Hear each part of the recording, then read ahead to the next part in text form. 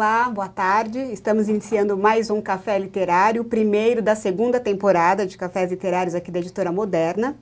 Hoje com o tema Desenvolvendo a Escrita Literária nos Alunos. Os nossos convidados de hoje, a gente teve uma mudança, a Eva Furnari não vai poder comparecer, e no lugar dela veio o Willan, que, embora dispense apresentações, eu vou apresentar depois um pouco sobre o trabalho do Willan, e a Rosângela Veliago, que já era a nossa convidada, que faria parceria com a Eva Furnari. Hoje é um dia bastante conturbado, atípico no nosso país. A gente teve uma notícia muito triste aqui, que aconteceu na região de São Paulo, em Suzano. Acho que vale a gente prestar o nosso lamento por essa situação e desejar bastante força, né, energia positiva e amor para as pessoas que ficaram, que vão ter que lidar com essa experiência tão traumática. Enfim. E nós já tínhamos na programação a nossa conversa e ela vai ficar disponível no YouTube e depois também alguma comunicação no Facebook, porque hoje o Facebook também está fora do ar agora durante a nossa conversa. Para quem assina o canal da Editora Moderna e está nos acompanhando ao vivo, pode mandar comentários, perguntas sobre o tema, que ao longo da transmissão eu vou acompanhando por aqui e, dentro do possível, incluindo na nossa conversa. Bom, primeiro, boa tarde, obrigado vocês por terem vindo. A gente vai falar hoje sobre desenvolver a escrita literária nos alunos, né? Os textos literários, eles oferecem às crianças a possibilidade de entrar em contato com a linguagem na sua forma mais elaborada. Por isso, a leitura de textos literários possibilita que as crianças tenham acesso a boas experiências estéticas em torno da apreciação do trabalho artístico do autor. Além disso, ele também oferece subsídios para que elas possam refletir sobre a linguagem que se escreve, incorporando à sua escrita recursos estilísticos observados no trabalho dos autores. Como os professores podem utilizar os textos literários para desenvolver a escrita de seus alunos e de suas alunas? De que maneira a leitura e a análise dessas obras pode oferecer recursos para que as crianças reflitam sobre a linguagem e a língua? Para conversar sobre esse assunto, o primeiro Café Literário de 2019 tem dois convidados muito especiais aqui que eu já apresentei para vocês, mas vou falar um pouco mais sobre eles. O Willan Bremann, ele é considerado um dos principais escritores de literatura infantil do Brasil, recebendo o prêmio pela Finilige, a Fundação Nacional do Livro Infantil, de melhor livro para criança de 2011, pelo livro O Alvo, da editora Ática. Mestre e doutor pela Faculdade de Educação da USP, bacharel em Psicologia pela PUC de São Paulo. Ele publicou mais de 70 livros, ganhou diversos prêmios e é um dos autores brasileiros de literatura infantil mais traduzidos no exterior. Alemanha, França, Itália, Suécia, Dinamarca, Polônia, Portugal, Espanha, México, Argentina, China e Coreia. Uau! Em 2014, estreou um boletim semanal na Rádio CBN falando sobre educação e literatura. Willan é autor do best-seller internacional Até as Princesas Soltam Pum, da editora Brink Book, minha filha ama esse livro, e ilustrado pela Yonit Zilberman. Quero fazer também um comentário que é recentemente um dos autores exclusivos aqui da Editora Moderna. A Rosângela Veliago, ela é formada em Pedagogia pela PUC, diretora pedagógica de Educação Infantil, formadora de redes públicas e privadas, coautora da coleção de livros didáticos de língua portuguesa Projeto Presente, da Editora Moderna, autora de publicações da área de educação, integrante da equipe de formadores e elaboradores do PROFA, Programa de Formação de Professores Alfabetizadores, em 2000 e 2001. Aliás, um programa incrível, né, que fez história na formação de muitos professores. Rosângela, obrigada. Eu que agradeço. Bom, para começar a nossa conversa, acho que seria interessante a gente explicar o que está chamando de escrita literária, né? Quando a gente pensou nesse tema, também pensou como é que a gente pode tornar esse termo mais acessível, do que a gente está falando quando fala desenvolver a escrita literária nos alunos. O que é essa escrita literária? No que ela se difere de outro tipo de escrita, se é que ela difere ou não? Acho que tem uma questão importante, a BNCC agora coloca isso como ela define como campo de atuação, que é onde o artístico e literário se apresenta socialmente.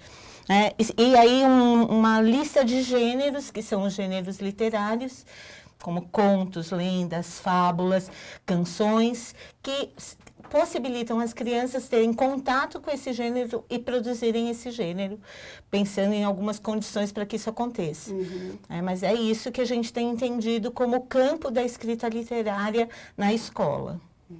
Willan, você que escreve em N contextos, né, pensando aqui na sua formação como acadêmico, você tem uma dissertação, uma tese publicada que virou um livro, né? Mas também tem os livros literários. O que para você essa questão da escrita literária difere de uma outra escrita? Para você como um profissional da palavra escrita? Então, a escrita, primeiro, oi para todo mundo, boa tarde, um prazer estar aqui conversando com vocês sobre um assunto tão importante, né? Literatura, educação, ficção, enfim, a vida, né? A vida é uma literatura, né? É uma coisa, né? Então, a literatura, a ficção, né? A produção literária, ela tem uma história, né? A gente está falando aqui, a gente pode falar de vários momentos. Então, antes da escrita ser colocada para o mundo, que tem 5.000 anos, é muito curto. É um espaço muito curto, 5.000 anos na Mesopotâmia, Rio Tigre, Eufrates, Irã, Iraque hoje, aquela região toda, e as pessoas começam a ter a fertilidade, a ter que administrar a vida deles, eles pegam lá uma argila, fazem um tablet, como fosse um tablet mesmo, que dura mais do que o nosso, né? E pegam as pedrinhas e colocam lá para começar a marcar os produtos. Curiosidade, essas pedrinhas chamavam calcules, que vai dar origem à palavra calculadora e tudo mais, cálculo. Então, isso tem 5.000 anos. Né, daquelas pedrinhas para os signos. Antes disso, já existia também uma literatura. Você pode chamar de literatura, por mais paradoxal que seja, literatura oral. Então você tem milhares de anos de oralidade, onde o homem não se contentava apenas com o dia a dia. A gente não suporta a realidade 24 horas por dia, ou 14 ou 15, não sei se quem dorme bem, quem não dorme, mas a gente não consegue suportar a realidade o tempo inteiro. Então vem a literatura, vem a ficção, vem a imaginação para libertar o homem, para libertar a mente, a prisão do homem da realidade. Isso alimenta de uma forma profunda o ser humano. Então a literatura ela nasce desde o começo dos tempos. Isso que é uma coisa importante. Quando a gente fala hoje de escrita literária, que é hoje, tem todo um campo que talvez os professores possam também pesquisar isso, que é bem legal, da onde isso veio e para onde isso vai dar. Não sei se tem tempo para falar um pouquinho mais sobre isso, mas é um pontapé inicial aí nessa sua pergunta. É fundamental falar sobre escrita literária, isso que eu queria falar. É fundamental porque tem a ver com as nossas origens, quem somos e para onde vamos. Sim. Eu fico pensando também que quando você traz essa história, né, da literatura, essa questão da escrita e desse oral que depois vai dar origem, enfim, que vai dar origem não, mas vai alimentar a produção do texto escrito, e o quanto isso também na escola, né, às vezes parecem que são coisas muito distantes. E elas têm características diferentes, mas é como se uma fosse menor do que a outra, quando na verdade uma alimenta a outra, né? Aliás, acho que as duas, elas se retroalimentam a todo momento, né? Agora, a Cecília Meirelles, para te interromper, dizia que tinha uma frase muito bonita que era assim, os escritores são os herdeiros dos narradores orais. Perfeito! Os escritores, eu sou herdeiro daqueles narradores antigos. Se eles não tivessem existido, eu não estaria aqui para fazer essa ponte. E claro que são coisas diferentes, a oralidade e a escrita literária, a literatura no papel. Né? A composição é diferente, o tom é diferente, o corpo é diferente, mas sim, são irmãos. Né? São irmãos e que estão aí num caminho aí que não podem ser, não pode ter uma cisão. Isso aqui é uma coisa de um lado, não. Tem que entender de onde veio, né? Sim. E do ponto de vista didático, também tem uma questão interessante, né? Que enquanto as crianças produzem textos orais, assim que começam a falar, e aquilo é entendido como uma linguagem que ainda não está se estruturando, mas ela tem lugar, quando os meninos começam a pensar em produzir escritas, a gente espera que eles saibam escrever muitas vezes. E não é preciso saber escrever para produzir textos. Né? Então, essa interface entre a oralidade e a escrita, ela precisa ser pensada também na escola. E com um olhar mais generoso para a produção das crianças. Né? Porque elas produzem uma língua oral que, tudo bem, falar do jeito que é possível naquele momento. E que você vai ensinando os usos, porque também se trata de ensinar os usos da língua oral. Né? Mas a língua escrita também precisa ter esse espaço na escola, para que as crianças também possam, ainda não como autores, que alguns autores que pesquisam isso chamam autores debutantes, né? Que estão começando esse processo, mas que eles tenham espaço para poder escrever e se aproximar da literatura de um jeito que é fundamental, porque as crianças têm direito de conhecer a literatura, de conhecer o que a gente acumulou, o que a história construiu, porque, de fato, a realidade não dá conta, né? Sim. Não. E aí, o trabalho com a literatura na escola, trazendo um pouco disso que você disse, Rosângela, e para uma pergunta que eu tinha pensado aqui, ele está muitas vezes ligado a uma visão utilitarista do texto, né? Então, assim, ou seja, a literatura na escola às vezes só tem sentido se ela estiver dentro de um contexto didático, se for para ensinar alguma coisa, dentro de algum conteúdo, como se ela por si não bastasse, né? E assim, livros como Amizade Eterna, que é o livro do Ilan que está aqui comigo, né? E às vezes também, enfim, que tem N contos de diferentes culturas, aqui muitas vezes acaba sendo focado o trabalho em qual que é a mensagem, ou qual a lição sobre o comportamento que esse texto poderia trazer. Né? Então, assim, eu só vou trabalhar esse livro, vou escolher preciso resolver determinada questão comportamental na minha sala, ou discutir algum valor, aí eu escolho um conto, e aí é como se o literário tivesse a serviço disso, ele não, né, não bastasse por si. Pensando nisso, como é que os professores podem desvincular essa visão utilitarista do texto literário e fazer um trabalho para desenvolver a escrita literária dos alunos a partir da literatura por si só? Né? Também não ser, só para tentar formular melhor a pergunta, para também não virar o texto, não virar um pretexto para ensinar a escrever, o que às vezes é comum também em sala de aula. Eu vou trabalhar poema e as crianças leem poema e ficam estudando a estrutura do poema, como rima o poema para produzir um poema, e o poema vira um texto a serviço de uma escrita que vai acontecer depois. Eu acho que a gente tem uma história com a literatura na escola, que é uma história que considera pouco as características literárias e considera muito menos como é que você aprende a produzir texto literário. Eu acho que o Ilan pode falar muito bem de como um autor produz textos. Uhum. Quando a gente pensa na escola, a gente pensa em aproximar alguns procedimentos dos autores, que eles usam socialmente, para que as crianças aprendam a produzir textos. Acho que por isso a gente, muitas vezes, lê tanta fábula na escola, né? Porque aí tem uma moral e você quer ensinar aquele conteúdo que é atitudinal para os meninos e que a gente sabe que não funciona. Acho que o primeiro passo para a gente garantir esse espaço é a leitura. Né? É ter um professor que se encanta com a literatura e lê para as crianças. Não é possível ninguém produzir textos sem repertório. Né? E um repertório que vai se ampliando cada vez mais e que vai se conversando sobre ele. A gente tem estudado muito que, para de fato as crianças terem lido uma história, ouvido uma história, precisa uma conversa sobre a história. Uma conversa que abre possibilidades sobre o que as crianças gostaram e não para verificar se as crianças compreenderam. Né? Que essa é uma outra questão. Depois disso, acho que a gente tem que pensar em determinadas condições de produção. As condições de produção na escola, elas são sempre muito precárias. Então, por exemplo, você lê textos, estuda as características do gênero e depois você dá 40 minutos para o menino produzir um texto. Óbvio que não vai ser produtivo, porque uma criança precisa aprender como é que se produz isso. Acho que a gente podia falar mais, mas acho que o Ilan podia contribuir, depois a gente volta um pouco mais para esse didático. Então, antes de contar um pouquinho sobre produção e como funciona a cabeça aí de autor quando produz, né? Eu estava almoçando com a minha filha, como eu gosto de almoçar com as minhas filhas, né? É tão legal, né? A gente aprende tanto o tempo inteiro. Muitos livros nasceram durante esses encontros. E hoje ela veio ela está me prova de português hoje. Olha lá, o assunto está nessas sincronicidade. E ontem ela estava estudando, que nem uma maluca, me chamou, a gente, né, aqui, acolá, umas coisas que até tinha esquecido, as coisas tão técnicas, né, do português. E eu fui lá estudar com ela. Ela chegou, como que você foi na prova? Eu fui bem aqui, acolá. Ela me mostrou umas coisinhas escritas, assim. Eu falei, mas você está ainda com, né, esses problemas de vírgula, esses problemas de ortografia? Pai, tô com um pouquinho aqui, né, não tá meio assim. Falei, a solução, falei para o que eu sempre falo, repita a mesma coisa. Gente, a repetição é importante. Essa coisa de achar que repetir é importante.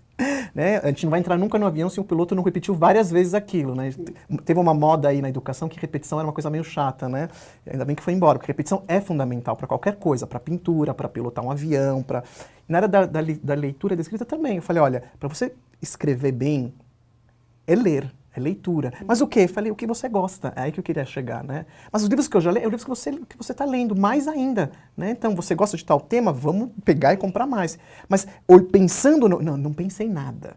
Você vai ler os livros literários, vai curtir, a gente vai, se você quiser a gente conversa, se você não quiser a gente não conversa. E na noite anterior a gente leu um livro de uma autora chamada Flávia Muniz, sobre o Chaplin, sobre o Charlie Chaplin, a gente leu junto, a gente se divertiu. É isso, e ela vai incorporando também como que os autores escrevem, e isso vai sendo incorporado. A gente vai aprendendo também isso, além dos procedimentos, que é uma coisa também que acho que é uma boa dica, né? A leitura literária livre, ela produz também uma consequência. Né? Não é uma coisa assim, normalmente aquele que lê muito escreve melhor. Isso é uma coisa que a gente acompanha.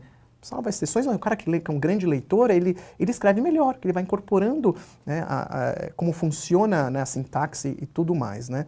Eu, como autor, vou ser muito sincero com vocês, eu não me preocupo muito com isso, porque acho que não é o meu papel me preocupar com a questão se a criança vai aprender isso ou aquilo. Essa não é a minha preocupação. Por isso que seus livros são bons. Então, eu acho que sim, porque são os autores que eu gosto de ler também são assim. Os que eu curto, né, há tantos anos, do passado agora, também eles não ficam pensando. A gente conversa bastante. Os que morreram você vai lendo um pouco. Né, eu escrevo literatura porque eu amo, porque eu sofro, porque tenho 2 filhas capetas, filósofas. Eu escrevo porque eu tive uma infância interior muito rica. Eu escrevo porque tenho, né, uma imaginação muito fértil. Eu escrevo porque eu gosto de escrever. E como consequência pode acontecer milhões. Eu gosto de saber os trabalhos que as crianças fazem com o meu trabalho, como com os meus livros. Ilan, peguei seu livro, fiz tal e tal trabalho. Mas quando eu tenho a chance de conversar com o professor, eu falo, antes de fazer os trabalhos, você leu para eles assim de forma mais espontânea e livre? Algumas vezes sim, outras não. Então eu falo assim, primeiro, você faça uma leitura mais livre. Eu falei, é como dar uma pá para uma criança e falar, cava. Ele vai se esforçar. O que tem? Não vou te contar o que tem lá dentro. Como que ele vai cavar? Se você já mostrar o tesouro e enfiar ele lá dentro, ele vai ter noção, né? Então, o que tem? Eu sei o que tem. Então, quando eles são bem pequenininhos, você que trabalha com educação infantil, tinha que ser o mais livre possível. E chega no momento que tem que ter isso. Realmente tem o trabalho, tem o vestibular, tem o Enem. Então, tem lá uns procedimentos que tem que ser realizados na escola, mas se ele já está incorporado isso na primeira infância, é muito mais fácil. Ele consegue entender que naquele momento aquele livro vai ser usado para uma prova e tudo mais, e tem outro momento que tem livros que não vão ser usados para provas. Não sei se faz sentido isso, mas... Acho que faz todo sentido. E acho que pensando nisso que você trouxe de repertório, né, de ler por ler, e você também trouxe isso, né, na minha experiência como professora e também como mãe, o quanto esse acesso ao texto literário possibilita que as crianças se comuniquem melhor. Porque eu já disse isso tantas vezes, mas eu gosto de reiterar, nós somos uma sociedade da palavra, né, da imagem, da linguagem, e quem domina esses códigos consegue se expressar melhor, enfim. Tá em outro lugar na comunicação, na relação com o outro. E às vezes eu me surpreendo quando os meus filhos, eu também tenho 2 filhos bem filósofos, né, mas quando eles trazem um pensamento estruturado, organizado de uma forma, que eu falo, nossa, que bacana, assim, né? Ela do alto dos seus 3 anos, ele dos 6, e conseguem contar fora. Hoje mesmo indo para a escola, nós pegamos trânsito para variar, e aí o meu filho falou assim, vou contar uma história. E aí ele contou uma história que eu já tinha contado para ele, e foi curioso porque quando ele não lembrava trechos da história, ele fez substituições. Eu que sou professora, né? Falei, nossa, a substituição é super pertinente, né? A mãe professora dirigindo e falando, olha que interessante, ele esqueceu aquele trecho que eu contei e ele resolveu de uma outra forma. E foi contando, e contou a história toda desencadeada, porque ele tem repertório, né? E isso possibilita que ele não só encontre uma forma de resolver o tédio, porque ele estava no trânsito, sem muito, ele falou, vou contar uma história. Então ele entreteve, né, a ele mesmo e a gente, mas organizar essa questão do pensamento também é muito importante. E ele está começando a escrever agora, mas ele já constrói textos, produz textos já há bastante tempo. E acho que é interessante trazer isso um pouco de volta, que você colocou, o quanto as crianças podem ser produtoras de texto mesmo antes de saber escrever, né? E que depois dominar essa mecânica da escrita, né? Que é como escreve a palavra, a coisa da vírgula, etc., é muito mais fácil. Eu lembro que como professora era muito mais fácil resolver o texto de uma criança que tinha questões de vírgula, de ortografia, de pontuação, do que aquele que eu não conseguia entender para onde ele estava indo no texto, né? É muito mais fácil resolver problema. E tem uma coisa que a linguagem literária, isso não é hipótese, não é mágica. As pessoas acham que, né, nosso campo é uma coisa meio... Sim, tem muito de pesquisa. Não, a linguagem literária, ela tem um efeito na sociedade muito forte. Você tem pesquisas mostrando que crianças ou famílias que têm isso na sua vida têm menos violência. Eu sempre falo a mordida. Criança que morde, você deve saber, né? Educação Muito. infantil. Então, o cara morde porque não sabe falar. Mordida a mordida É uma uma linguagem. Eu te amo, te odeio, eu quero aquela bola.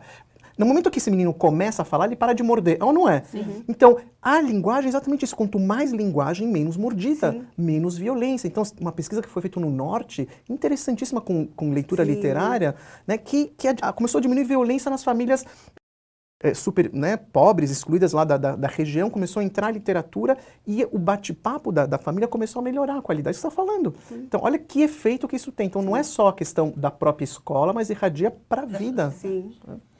E aí eu acho que tem uma coisa que o Ilan falou que eu acho que é super importante. Você falou de um tesouro. A hora que se cava, você mostra um tesouro. Eu acho que para as crianças se envolverem com a produção de texto, um dos tesouros é saber para quem que eu estou produzindo. Sim. Que não é só para ser corrigido, que não é só para ser avaliado, mas que vai ter alguém que vai ler o meu texto. Essa é uma condição que poucas vezes na escola ela ainda aparece, infelizmente. É óbvio que não dá para ser sempre assim, mas é muito importante que as crianças, quando se colocam nessa posição de produzir, pensem para quem que ela está produzindo aquele texto. Quem é o destinatário daquela escrita. Que ele seja o mais real possível, porque senão ela não aprende os usos da língua, né, que são tão importantes como aprender a escrever, em que lugar esses textos vão circular, para quem vai ler. Isso muda a relação das crianças com a produção, que sempre será árdua. Mas você comunica isso para a criança no começo da aula? No começo do trabalho. Do Porque o que a gente tem entendido é que as melhores situações de produção de texto são boas sequências de produção, ou projetos de produção. Porque as atividades isoladamente, o efeito delas é muito pequeno. Então, quando você fala é preciso frequência, então é preciso frequência. Sim. Mas é preciso profundidade para depois garantir a frequência. Então, esse contato frequente e organizado de uma maneira que as crianças saibam para quem que elas estão escrevendo, que aspectos elas vão observar do texto que elas estão estudando para produzir, porque para produzir textos, quando se é criança, é preciso estudar aqueles textos. É o que a gente chama de apreciação de textos bem escritos. Então, olhar para a escrita de um autor e pensar que características ele coloca no texto que me deixou intrigado, que eu achei graça, dependendo do gênero que eu estou produzindo. E é engraçado que às vezes eu faço parte de bate-papos assim em escolas, né? E eles descobrem coisas que eu não sabia na minha própria escrita. Criança é incrível, me acho tão inteligente. Elas falam assim, nossa, Ilan, você falou isso. Eu falei, gente, eu falei isso mesmo? Não, mas eu entendi assim, eu falei, gente, que é esse olhar que às vezes nem o autor tem, e são críticos literários, né? Acabam sendo críticos literários, né? Que é bacana, né? Uma coisa bacana. Tem várias pessoas comentando aqui no YouTube, a transmissão ao vivo, gente perguntando, dizendo que estava procurando onde a gente estava e achou agora aqui o vídeo no YouTube. E tem uma pergunta que eu quero incluir aqui nessa tua fala, que é assim, chama Mestre Valência. Ele colocou, a minha dúvida é, como não atropelar ou reduzir a Base Nacional Curricular Comum em detrimento das especificidades linguísticas, né, e socioemocionais dos estudantes tão carentes desse estímulo à leitura? Porque, e aí, mestre, se você estava assistindo a gente aqui e eu estiver errada, me corrija, mas eu acho que talvez a preocupação dele seja, às vezes, com a preocupação de ensinar as crianças a escrever os textos, se perca o olhar para esse estímulo à leitura, para o desejo de ler. Então, como equilibrar isso? Isso é um risco mesmo. Sim. A escola já tem um nome, né? As práticas que entram lá viram práticas escolares. Então, você escolariza a prática. Por mais que você busque manter as condições sociais em que essa prática se dá fora da escola, tem um espaço de escolarização. E eu acho que a gente tem que cuidar disso e é possível aproximar. Mesmo em condições pouco favoráveis. Quais são as condições pouco favoráveis? Infelizmente, no Brasil, às vezes as escolas não têm livros suficientes para que os alunos leiam, as famílias não têm essa possibilidade também. Então, acho que a gente tem que se organizando para ir garantindo essas condições de leitura para as crianças. E, de fato, isso é um trabalho a longo prazo. Muitas vezes, o que mais pega o professor é a quantidade de produção. Então, tem que produzir um monte de escritas. Se eu defino gêneros dentro de um ano e vou priorizar alguns, porque desde que a gente começou a falar de gêneros, quando eu era a coordenadora em 89, esse tempo, a gente achava que, então, bom, agora os meninos precisam ter contato com todos os gêneros. Então, era aquela coisa que era tão pouquinho de cada, que os meninos não se apropriavam. E a gente foi avançando para a ideia de que é preciso selecionar, é preciso fazer escolhas. Então, escolhas que no nosso caso hoje é pensar nos literários, que escolhas eu vou fazer?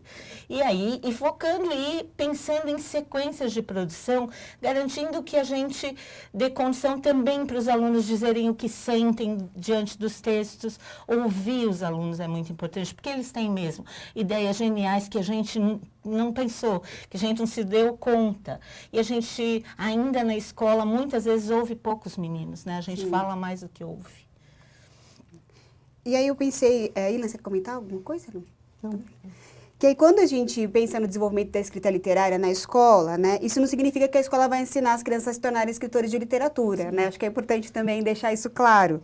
Mas sim criar condições para que elas possam experimentar na escola os procedimentos similares àqueles que os escritores, né? E aí quando a gente está falando de escritor literário, mas é que quaisquer escritor usam, né?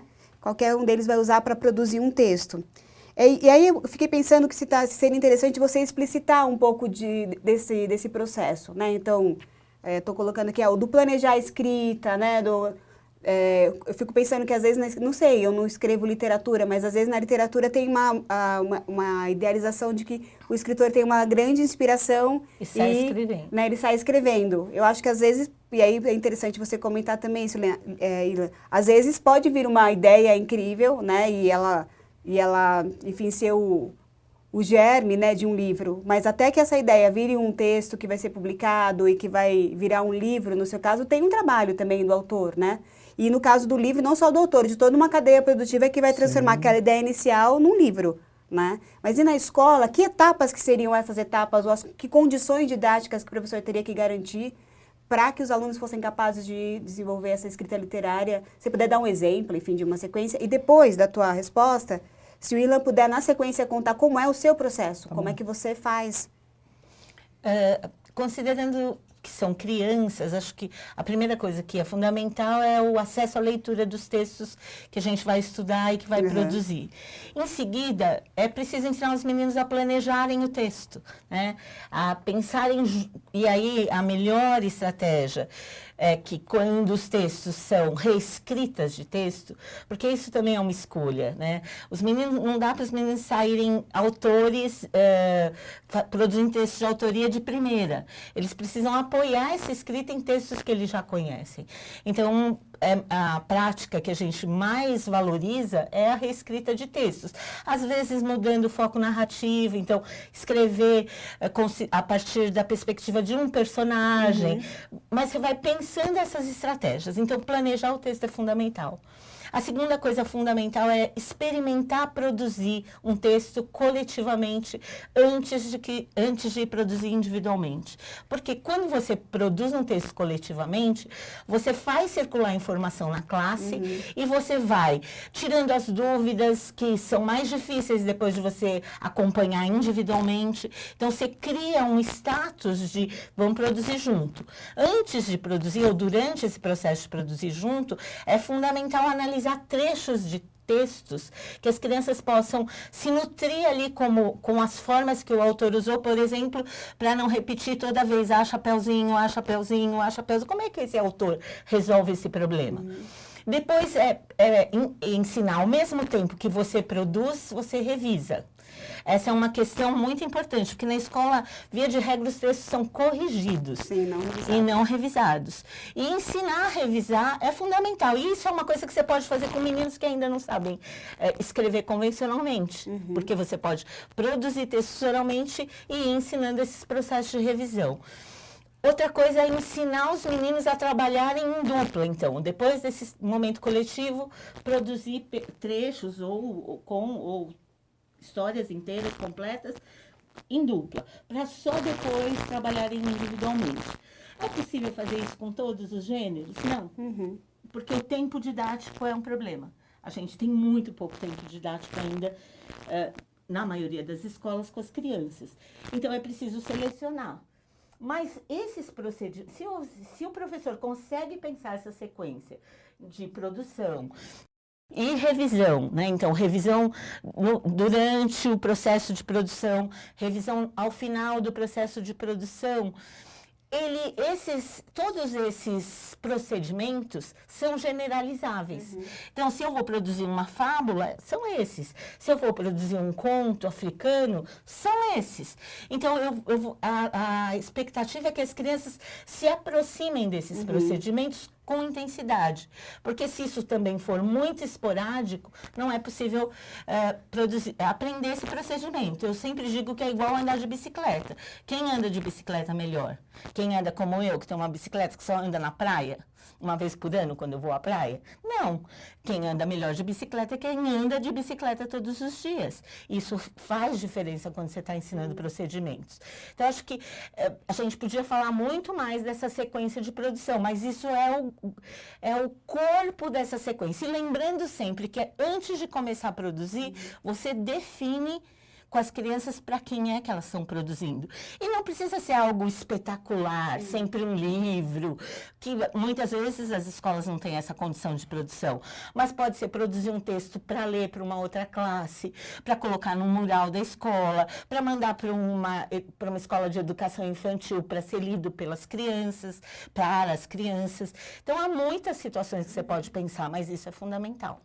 Agora, Rosângela, eu queria retomar nessa etapa que você trouxe, a questão da revisão, né, que você disse assim, o revisar durante o texto.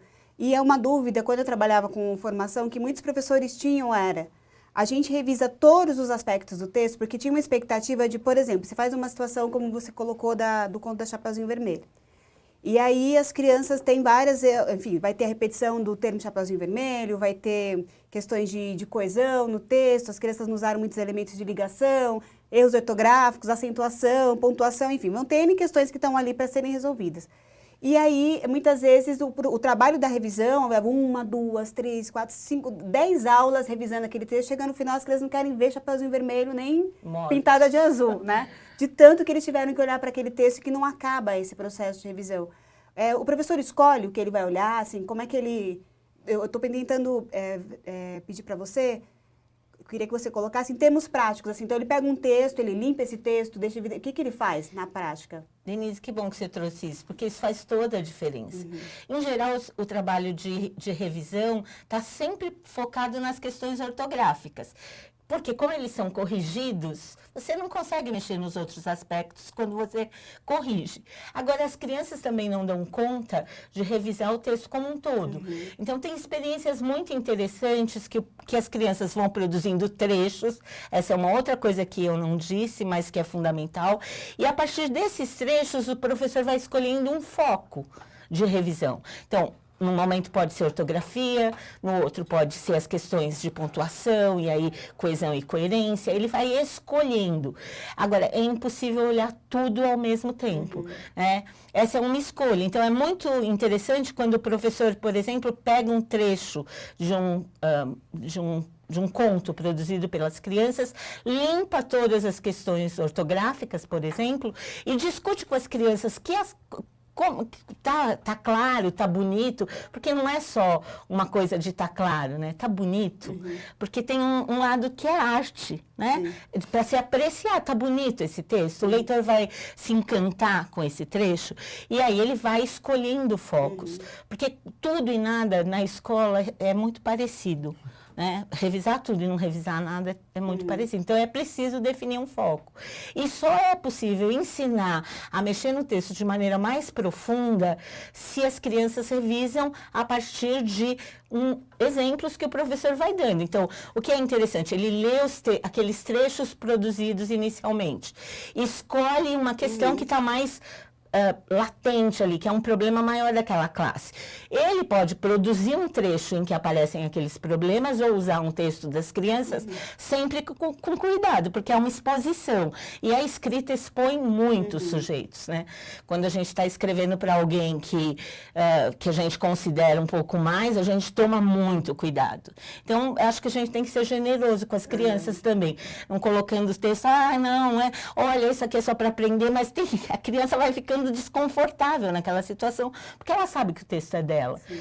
E aí, analisar com as crianças e dizer, bom, será que agora, quando a gente volta para o texto, a gente consegue melhorar o nosso texto? Sim. Porque também entre o erro e o acerto tem que ter ensino, né? Sim.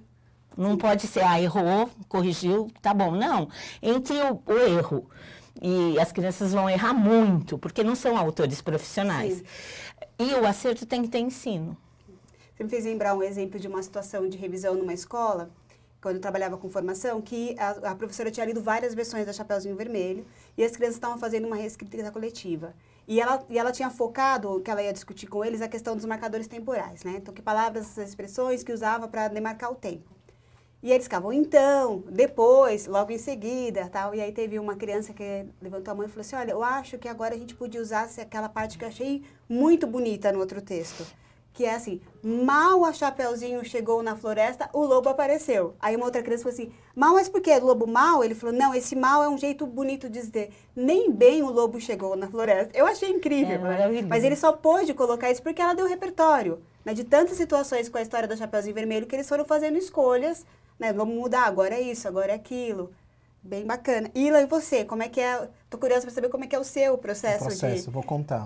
escritor. Antes de contar sobre o processo, eu queria só fazer um apontamento que é sobre a escolha literária para uma boa escrita literária. Sim. Que eu acho que também tem isso, né? Às vezes a gente está falando muito da escrita e tem a ver com o anterior, que livro que o professor escolhe, e isso influencia nessa escrita. E eu vejo, às vezes, muitas vezes, que tem, sim, uma busca por textos aparentemente na cabeça do professor educador, o texto mais simples, eu não diria simples, porque tem textos simples lindos, né? Sim. Eu diria simplistas, eu usaria esta palavra, que é diferente, simplista de simples. O simplista é aquele texto que acha que a criança é burra, que inferioriza a criança, que ela não tem sensibilidade, que ela não tem inteligência. Então, aquela coisa de achar que a gente não tem que falar algumas palavras para as crianças que elas não vão entender. E eu sempre respondo, se a gente não falar essas palavras, ela nunca vai aprender. Né? Então, se você tem um texto para criança, eu falo de um caso meu, tá? De um texto que tem a palavra engenheiro, que é para criança pequena. E aí vem mas como você pôs engenheiro? Não, se a criança não souber o que é engenheiro, ela vai perguntar papai, professora, o que é engenheiro? Mais o repertório. Sim. Então, e a gente aprende a nossa fala através de gente que fala com a gente. Mães, ainda bem, né? Que as mães intuitivamente, biologicamente, uma coisa biológica, elas falam com seus filhos, cantam para os seus filhos. Aquelas que não podem fazer isso por situações, por exemplo, de extrema pobreza ou questões de doença, tem um efeito, os bebês ficam deprimidos. Você tem casos assim, de mostra de famílias onde os bebês não escutam palavras, não têm a linguagem, elas ficam doentes, né?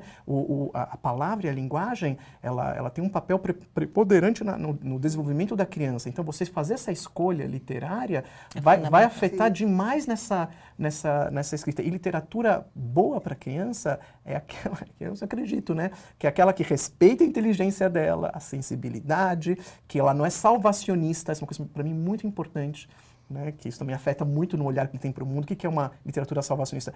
Que às vezes você vai escrever um livro achando que você vai salvar o mundo, então você tem toda uma coisa, né, um pouco como o final. Eu adoro fábulas, mas os finaizinhos moralizantes tem um pouco isso, edificante, de querer salvar. Resolver, né? A fábula em si é muito legal. Então, eu acho que o autor não tem que pegar esse papel, vou salvar o mundo, a humanidade, não sei, isso não cai muito bem, né? No meu caso, eu conto um pouco da minha trajetória na área da criação. Eu funciono em 3 caminhos, e que eu convencionei para mim mesmo, né? São como 3 gêneros que eu coloquei para mim mesmo, diferentes, né? Tem um primeiro, que até pode ser considerado um gênero literário, que é o reconto. Quem faz isso, quem já fez, o Monteiro Lobato já fez isso com mitologia grega, vamos falar de atuais, Ricardo Azevedo, né, Luísa Prieto, Ana Maria Machado, todo mundo, a Ruth Rocha, todo mundo tem recontos, né? Os autores trabalham muito com recontos, né? Isso está na literatura juvenil, aparece alguns juvenis também, best-sellers são coisas recontadas e tudo mais. Então, eu vou lá, pesquiso e escrevo. Sim. Demora, isso é um trabalho de criação que demora bastante, né? 2, 3 anos até a coisa ficar pronta e tudo mais. O segundo caminho é o tradicional, eu chamei para mim mesmo de criação pura. Você tem a ideia que você falou, vem a ideia, tá tomando banho, é um inferno no banho, você tem ideia, mas eu tenho muita ideia no banho, se não tomar banho não tem mais livro. Então, mas eu tenho muita ideia no banho mesmo, né? Depois preciso sair correndo para não esquecer. E de 100 ideias, 98 vão para o lixo, 2 talvez virem alguma coisa, o 1 vai acontecer alguma coisa, né? Muita ideia, e depois no final vai sobrar pouquinho disso, né? Uma lapidação mesmo. E muito trabalho depois daquela ideia. A terceira estrada, que essa aqui é mais as pessoas me conhecem, me reconhecem, às vezes eu tenho muito livro de reconto. Eu tenho reconto da China, tenho reconto da Rússia, da Turquia, contos judaicos, contos árabes, indianos, budistas, muito. As pessoas não me reconhecem muito nesse espaço. Espero que reconheçam mais, porque eu adoro isso, né? Mas o que as pessoas mais reconhecem é o terceiro caminho, que eu chamei de narrativas do cotidiano, para mim mesmo, né? Eu acho que é um pouco de um pescador do cotidiano. Eu tô com a minha vara de pescar sempre, né? Escritor com a vara de pescar do cotidiano. Tô lá, tá comigo. De repente aparece alguma coisa em casa, no meu entorno, na minha realidade, eu pesco aquilo, eu pego, pá! E aquilo é um disparador para eu fazer literatura. Quer dizer, é a pedrinha que cai no lago e ela vai expandindo. Então, um exemplo, é um livro que eu gosto bastante, os professores conhecem, chama Papai é Meu. Papai é Meu, ele nasceu, eu estava andando com as minhas filhas aqui em São Paulo, num parque.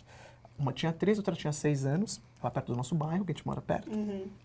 No parque, tudo feliz da vida com elas, caminhando, conversando. Aí a pequenininha me trava no meio da caminhada, me puxa para o lado dela e diz, papai é meu. Muito fofa. Mandei um beijinho, pisquei pra ela, falei, muito cabelo enroladinho. Eu falei, vamos continuar? A mais velha me trava do outro lado, olha pra pequena e diz, papai é meu. Aí eu pisco pra ela, mando um beijinho, me senti importante como pai. Tá bom, legal, disputado, vamos embora. A pequena surtou, começou a me puxar de um lado, a outra puxa do outro lado, começa um cabo de guerra, papai é meu de um lado, e começou a me incomodar profundamente. O escritor também fica bravo, né? Profundamente, falei, para, elas não paravam, era uma disputa entre elas, e eu dei um grito, para, bem alto. Elas pararam, a pequena ficou mais assustada, porque eu gritei mesmo, ela falou, pai, o que foi? Eu falei, você quer rasgar o seu pai pela metade? Ela falou, pai, o que ia acontecer? Eu falei, você ia ficar com uma metade de pai. Ela me olhou. Que legal! Para não dividir só para mim, né? Só para mim. Genial! A vara de pescar, peguei, levei para casa, fiz uma sinopse de uma história que já veio completa na minha cabeça e publiquei o livro depois, sei lá, 1 ano, 2 anos, o livro ficou pronto. Então, e eu tenho, sei lá, 70% hoje dos meus livros estão nessa categoria de coisas que aconteceram e ainda acontecem em casa e eu vou lá produzindo e criando. Você vê que eu não falei em nenhum momento escola, não falei em nenhum momento pedagogia, nenhum momento... Né, isso vem depois, as escolas vão se agarrar nisso, que nem pintura. O pintor não fica pensando, né, na escola de arte, ele pinta porque... Eu vi o filme do Van Gogh, né, que lindo agora, assim. Tava lá surtando, lá fazendo, literalmente, né, aliás, né? Tava lá pintando, mas todos os colegas ficavam pensando o que eles iam fazer com aquela obra. E assim que funciona, por isso que você pode pegar essa obra e fazer muitas coisas, né? Então é um pouco assim como funciona esses 3 caminhos de criação. E aí eu queria só fazer pegando o gancho do Ilan, que tem uma coisa bem interessante, né? Você falou 2 anos um livro, né? Para produzir um livro. Eu me lembro de uma fala, muitos anos atrás, da Tatiana Belink, que ela dizia que ela deixava os textos dormindo na gaveta. E as crianças precisam também de uma certa distância da sua produção, porque se tudo é muito em seguida, tudo numa aula, tudo em 2, não tem distância, e sem distância você não enxerga. Você falou, eu faço 100, escolho 2. As crianças não vão poder fazer isso, mas elas precisam de tempo. Então, por isso que uma sequência didática de produção é fundamental, porque você dá tempo para o menino voltar numa outra condição para o seu texto. Porque se um autor que escreve tão bem quanto você faz isso, imagina as crianças, que condição você precisa garantir. Você falou também de outra coisa também, que é uma palavra importante que a gente não falou aqui, que também dá para falar em outro programa, né? Que é a questão do tempo e da literatura. O tempo da literatura, que é um tempo diferente do tempo do cotidiano. Quer dizer, isso também influencia e tem a ver muito com os processos. O tempo da literatura literária é completamente diferente. Às vezes a gente está lá triturando a criança, nossa coisa, vamos lá triturar, né? Você tem que ter, né? Às vezes as crianças pequenas, quando você vai ler uma história, elas dormem. Elas dormem, né? Quem trabalha com educação infantil sabe o que eu tô falando. Então, e eu sou no mais... Histórias para ninar crianças. Então, eu sou no mais justo que tem mais, né? Professores que fazem isso, não fiquem preocupados, está maravilhoso. Está fazendo o que tem que fazer mesmo. Então, o tempo da literatura é um tempo diferente do tempo do cotidiano. Sim.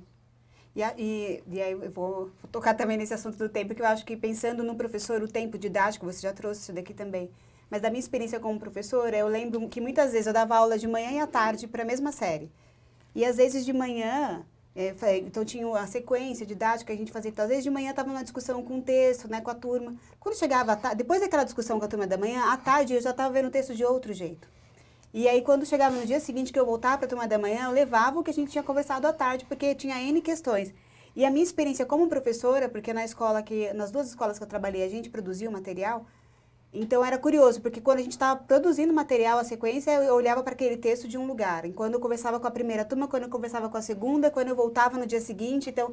Esse tempo que, às vezes, pensando até no livro didático, ou mesmo na sequência, enfim, na rotina de um professor em sala de aula...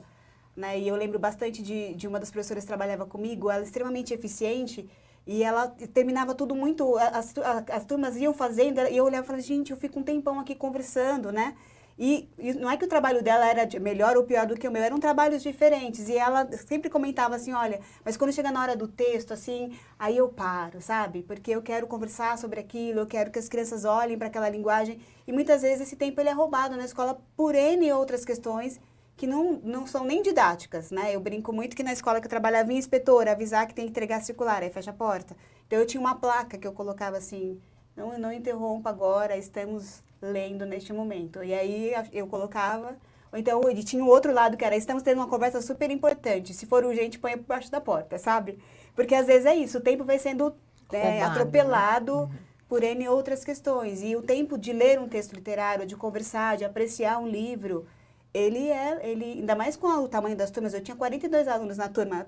Enfim, se você quiser que a palavra circule, que as crianças se apropriem daquilo, não é algo que você faz assim, né? As condições de trabalho do professor, elas são complexas Sim. mesmo, muito complexas. Não é uma questão só de desejo, né? É uma questão de uma realidade que vai se impondo e às vezes atropela o professor. Acho que é preciso encontrar... Eu que escrevo livro didático, eu sempre digo para os professores, gente, não é o livro didático que tem que mandar em vocês, é vocês que têm que mandar no livro. Porque o livro didático foi pensado numa sequência que nem sempre é aquela que é possível na realidade dos professores. O professor precisa ir cada vez mais sendo autor da sua prática, né? Para poder ir fazendo essas escolhas. Eu não consigo tudo, mas isso eu consigo. Aqui eu abro um espaço, aqui eu posso demorar um tempo maior, aqui eu vou fazer uma escolha, porque o trabalho didático é feito de escolhas, né? Sim. E aí você precisa ter claro qual é o seu objetivo, que você não sabe onde você quer chegar, é muito difícil você fazer boas escolhas. E retomando o exemplo que eu contei dessa colega de trabalho, né, eu comecei a dar aula, eu tinha 18, né? E eu tive a alegria de ter colegas de trabalho incríveis, assim, que me acolheram. Então, quando eu falava para ela, olha, não está dando tempo, ela falava, você vai ter que olhar e ver o que é importante, porque nunca vai dar tempo de fazer tudo. Então, olha, e esse olhar dela, enfim, eu sempre comento essa história, me trouxe muita, quando eu ia angustiada, que eu falava, olha, tem isso, ela falava, olha, não, tem que decidir o que é importante. Né? Para mim, importante é isso. Então, para isso eu paro e dedico um tempo. Para as outras coisas eu vou fazendo, porque eu tenho que fazer. E ela tinha muito esse olhar. E acho que até alguém, enfim, tem N comentários aqui, aliás, as pessoas estão participando bastante, pedindo para deixar disponível o webinar. Ele vai ficar disponível, dá para acessar depois, que teve gente que entrou depois e tal. Mas tem uma pessoa que colocou aqui o seguinte, que acho que é uma questão em relação à diversidade de gêneros e de autores que a escola ofereça. Quando a gente falou aqui, vocês trouxeram, enfim, você trouxe a questão dos textos de qualidade, qual é o tipo de texto que a gente oferece para as crianças para servir de repertório para escrita, a Aniela colocou em relação à diversidade. Raras são as escolas que usam textos africanos ou portugueses atuais, desde o fundamental. E ela colocou, isso não ajuda a estigmatizar a literatura como algo ultrapassado? Como é que a escola pode trabalhar também? Acho que são duas questões. Uma delas é, como é que a escola pode trabalhar com essa questão da diversidade de gêneros, de textos literários, enfim, de autores? E de que maneira essa diversidade pode contribuir também para essa questão da escrita literária? De novo vem a questão de fazer escolhas, né, de quais gêneros, e aí, quando o Ilan coloca os bons textos, né, quando a gente parte dos bons textos, os textos clássicos, né, os contos clássicos, que você disse, eu vou recontando alguns, isso é muito precioso, né? As crianças precisam ter contato com os contos clássicos, eles abrem portas para as crianças incríveis, não só com relação à linguagem, mas com relação à reflexão da vida, do medo, da morte, da alegria, da tristeza, os bons contos contemporâneos. É preciso fazer algumas escolhas. E eu acho que a gente, por exemplo, deixa de lado algumas, por exemplo, os contos africanos. Eu, escutando o Samba Enredo da Mangueira, me dei conta que eu não conhecia um monte daquelas personagens e que eram histórias maravilhosas. E eu falei que aquilo virou hino para mim, porque a primeira coisa que eu fiz eu preciso conhecer essas personagens, eu preciso conhecer essas histórias. E eu acho que a gente tem um distanciamento das histórias. E tem uma coisa que mais ainda importante nos contos africanos, vou falar para fazer propaganda do meu livro, né, que acho que é legal isso também, que é onde tudo nasceu. Quer dizer, além da questão literária, que é fundamental, tem uma questão, de novo, filosófica da existência. Nós, homens, todos, do mais branco norueguês, né, que você passa do chinês, dos índios que moram no Brasil, saíram da África. Por isso que chama Mãe África. Então, se o Homo sapiens saiu da África, as histórias saíram da África. E é importante a criança, de novo, saber de onde ela veio. Eu sempre falo para os professores desconfiarem daquelas pessoas que falam só sobre o futuro. Progresso, olha para frente. Eu sempre falo assim, entra num carro e tira o retrovisor. Ninguém faz isso, né? Um caminhão passa por você. Precisa olhar o retrovisor de vez em quando, sem obsessão. Mas sem retrovisor, a gente não dá.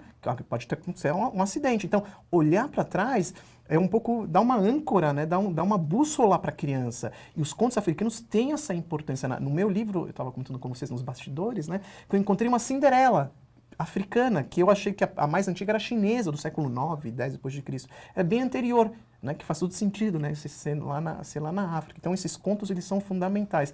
E além dessas histórias, eu também acho legal poder falar que os professores que estão ouvindo a gente, vocês têm professor de matemática, de química, de geografia, às vezes falam assim, será que isso tem a ver comigo? E eu vou responder, tem tudo a ver com... né, a linguagem literária tem a ver com todas as matérias, porque sem imaginação não tem aprendizagem. A literatura é a base para a gente poder sonhar. Quando se fala do Albert Einstein, que era o físico e tudo mais, ele teve uma infância muito rica, né? De uma forma assim, ele absorveu muita literatura, muitas histórias, muita arte. Isso possibilitou ele sonhar, imaginar um carro, né, caindo com a luz acesa, um caminhão e tudo mais. Grandes cientistas tinham relação com a literatura. Sim. A literatura tem essa função. Eu lembro quando eu era orientador, que loucura, eu fui orientador, como deixaram, né? Eu fui orientador de escola, quando recém-formado, assim, doidinho, mas enfim. Bom, foi uma boa experiência. E aí chegou uma professora do terceiro ou quarto ano do fundamental, e falou, Ilan, eu tô dando aula de matemática aqui, mas tá um desastre, tá uma bagunça. E não sei porque foi uma reação meio orgânica, minha ciência, falou assim, toma esse livro, lê para eles esse livro. Tinha nada a ver com matemática, era o Roald Dahl, autor da Fantástica Fábrica de Chocolate, acho que eu dei para ela Matilda, as Bruxas. Falei, mas por quê? Falei, não sei, tô sentindo ler, 5 minutinhos. Ela foi lá, né, e voltou no final, depois falou, o que aconteceu? O que aconteceu? Eles ficaram enlouquecidos, eu li 5 minutos, vocês querem saber o depois? Amanhã eu vou contar de novo. Ela passou 1 mês lendo o Roald Dahl e a aula de matemática dela evoluiu, foi melhor. Né? Qual foi a relação? A relação foi que eles se sentiram agraciados, os alunos, para uma professora de matemática estar compartilhando uma história que ela mesmo também, ela curtiu quando ela leu, que é importante. Isso abriu a cabeça deles. Na literatura tem uma função também de abrir, de expandir o cérebro humano de uma forma muito, muito potente. E porque a literatura é vida. E a boa literatura fala que a vida não é a vida fácil, a gente está falando, não é a vida fácil. Né? Eu falo que a literatura tem que trabalhar muito, também um dos pontos principais também, com o imprevisível, o imponderável, o não controlado, não controlar, coisa que a gente não sabe. O amanhã, eu estava vindo para cá de carro, acontecem coisas, né? E estava lá no meu Uber e eu vi uma batida de carro. É isso, é o imponderável, no meu lado, podia ser comigo, mas pá, bateu, do meu lado um carro bateu. É o imponderável. aquilo que a gente não controla. A literatura ensina a criança que a vida é imponderável, tem essa coisa tão certeira, e ensina como ela lidar com isso. Sim. Como a gente pode lidar com os medos, como a gente pode lidar com a gente perder uma pessoa, como a gente pode lidar, né, com o amor e depois a gente perder esse amor, né, como a gente pode lidar com o humor, né, como a gente pode lidar com a tristeza profunda. Isso vai sendo um aprendizado emocional e vital para ela. Sim. Eu costumo dizer que eu não gosto de livros que oferecem respostas fáceis para perguntas difíceis. Eu falo, bom, se me dá uma resposta fácil, e em geral, e eu que trabalho com literatura infantil, eu olho e falo, não, por que você está dando essa resposta? Você acha que eles não vão poder lidar com a não ausência de uma resposta aqui, ou ou terminar o livro com uma coisa não resolvida, não no sentido da narrativa, mas olha, segura essa onda, porque é assim no cotidiano, né? E a forma como a gente faz isso, ou como isso é feito na literatura, é muito bonito. Sim. Né? E pode ser, você trouxe em relação à questão comportamental, no caso da professora, né? O quanto isso abre espaço também para um respiro, porque às vezes a escola, você disse que começou a tua fala dizendo que a literatura, ela, né, tem até uma fala do Ferreira Goulart que diz, né, que a arte existe porque a vida não basta, né? Que a literatura existe porque a gente não dá conta enfim, do dia a dia, ele é muito duro, né? E dentro da escola, às vezes me preocupa não haver esse espaço para o simbólico, para o imagético, para a fruição, né? Em detrimento de uma corrida para um futuro, né? Enfim, de resolver N questões. A escola tem um compromisso didático, né, pedagógico, um projeto político, enfim, de oferecer algumas condições para que as crianças avancem nas aprendizagens delas, mas a gente não pode deixar a arte de fora, né? Esse acesso a esse mundo tão rico. Né? Sem dúvida. Olha, tem bastante gente que participou, tem gente dizendo que ama o seu livro do Papai. Papai Meu. E Papai Meu, enfim. Tem a Ana Souza dizendo, eu sou escritora também, me identifico muito com os processos criativos citados. Outra pessoa que disse aqui, muito rico esse café, a Priscila. Nossa, quanto aprendizado, a Márcia disse. Ela disse que a gente tem trazido coisas que ela não conseguiria organizar na fala desse jeito. Gente dizendo, acha que a diversidade é fundamental mesmo, concordando aqui com o que a gente falou. Sem dúvida, é lindo quando as crianças sentem a mesma emoção. Posso falar uma coisa sobre diversidade? Se não vou esquecer. Pode falar. A gente fala muito de diversidade na literária, assim, dos gêneros, mas pensem também na diversidade do objeto livro. Principalmente para os pequenininhos, tá? Que eles são grandes exploradores, pesquisadores. Eu trabalhei muito com educação infantil, amo de paixão. Então eles pegavam um livro, faziam casinha, viravam, cheiravam, um livro grande, um livro pequeno. Então a diversidade não é só do gênero, mas também do tamanho, da cor, do papel. E outra coisa, livro de qualidade, não só literário, mas também como objeto, gráfica. Então, papel bom, capa boa, ilustrador bacana, porque você está educando o olhar. Um ilustrador, assim como escritor, tem referências. Quando eu escrevo os meus textos, que aparentemente, da coisa que eu falei assim, mas eu tenho meu inconsciente, eu tenho meus repertórios artísticos, eu gosto de, né, leio muito, sou um grande leitor, então essas pessoas me influenciam. O ilustrador é a mesma coisa. Ele tem influências, né, de artistas italianos, franceses, brasileiros. Isso está na ilustração dele lá. Então está educando também o olhar da criança. Então tudo isso também tem que ser considerado na diversidade, né? Livro preto e branco, colorido, capa dura, pequenininho, principalmente os pequenininhos. Essa diversidade ela tem que ser colocada também como no objeto. Não sei se você concorda. Sim, né? Sim. E eu acho que quando você pensa em qualidade literária, a gente está falando muito do texto, porque esse é o foco, mas você tem hoje uma quantidade expressiva de livros que são livros imagens ou livros álbuns, tem diferentes nomenclaturas, e que as crianças aprendem ali sobre literatura uma porção de coisas. E o cuidado é que a gente não coloca as crianças para escrever esses textos, porque se eles precisassem de escrita, eles teriam, né? Sim, sem texto, né? Sem texto. Então, eu acho que as crianças precisam disso, precisam dessa vivência compartilhada. Quanto mais ela for compartilhada, e entre, por exemplo, na educação infantil, uma prática que a gente tem insistido em fazer é juntar meninos de 3, 4 e 5 anos para ouvir a mesma história e poder trocar e poder dizer o que ele pensou, o que ele gostou, porque é na cumplicidade, né? É junto que a gente aprende melhor. Acho que a gente não pode perder isso de desde vista. bebezinho. Desde bebê, Eles a gente lendo para os meninos conversarem. Eles vão entendendo como que é a postura do leitor, sabem que o livro é portador,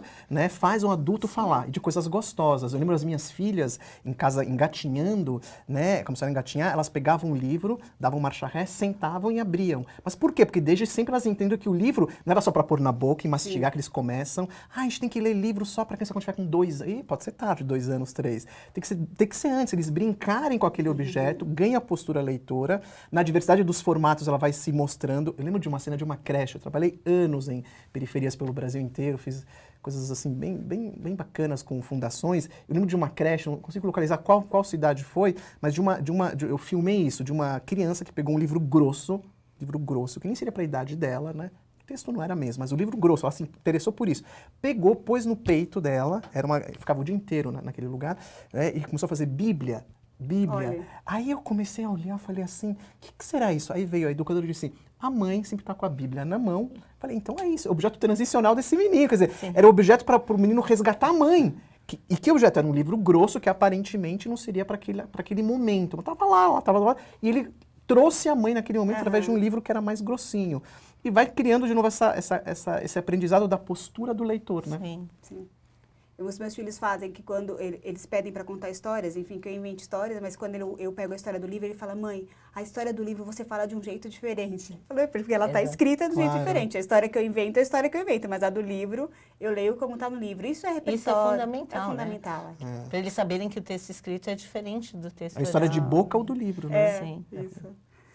Gente, enfim, nós estamos aqui, eu continuaria falando, a conversa está ótima, a gente está aqui no nosso tempo, eu quero agradecer, enfim, a todo mundo que participou com comentários, tem várias pessoas que escreveram aqui, peço desculpas por não contemplar todas as leituras dos comentários por 2 motivos, pelo tempo, outro é o tamanho da letra, né, que eu estou sem óculos e aí tá difícil conseguir fazer a leitura aqui, mas agradecer a vocês pela conversa, pela partilha, e dizer para quem está nos assistindo que vai ficar disponível online essa conversa depois. Então, para avisar os professores, amigos de vocês, os colegas, a quem possa interessar, olha, tem esse vídeo disponível e compartilhar também esse conteúdo.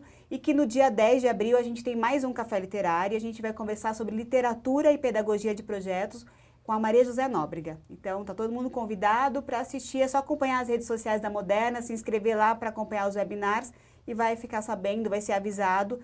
Dia 10, provavelmente o Facebook não vai cair, então né, é só você acompanhar que a transmissão vai acontecer por lá. Obrigada mais uma vez. Eu que agradeço. Boa tarde.